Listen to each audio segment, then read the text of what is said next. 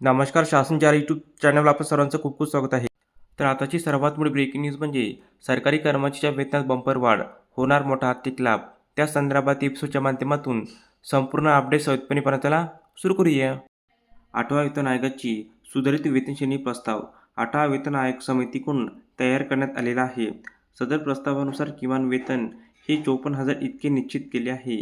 7व्या वेतन आयोगामध्ये केंद्र सरकारने किमान वेतन हे 18,000 रुपये इतके निश्चित केले होते.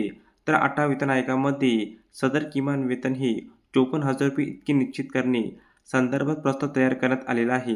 त्याचबरोबर वेतन श्रेणीनुसार फेडबॅक फॅक्टरमध्ये बदल करण्यात आलेला आहे. सदर प्रस्तावाला केंद्र सरकारच्या मंजुरीनंतरच लागू करण्यात येईल. वेतन श्रेणीनुसार 8व्या वेतन आयोगामध्ये वेतन श्रेणीचा तक्ता कसा असेल या संदर्भात 8व्या वेतन आयोग समितीने शिफारस केलेल्या वेतन श्रेणीचा तक्ता पुढील प्रमाणे पाहू शकता. तर अशा प्रकारे सरकारी कर्मचारी संदर्भात अतिशय महत्त्वपूर्ण अपडेट या एपिसोडच्या माध्यमातून आपण पाहिली आहे. धन्यवाद.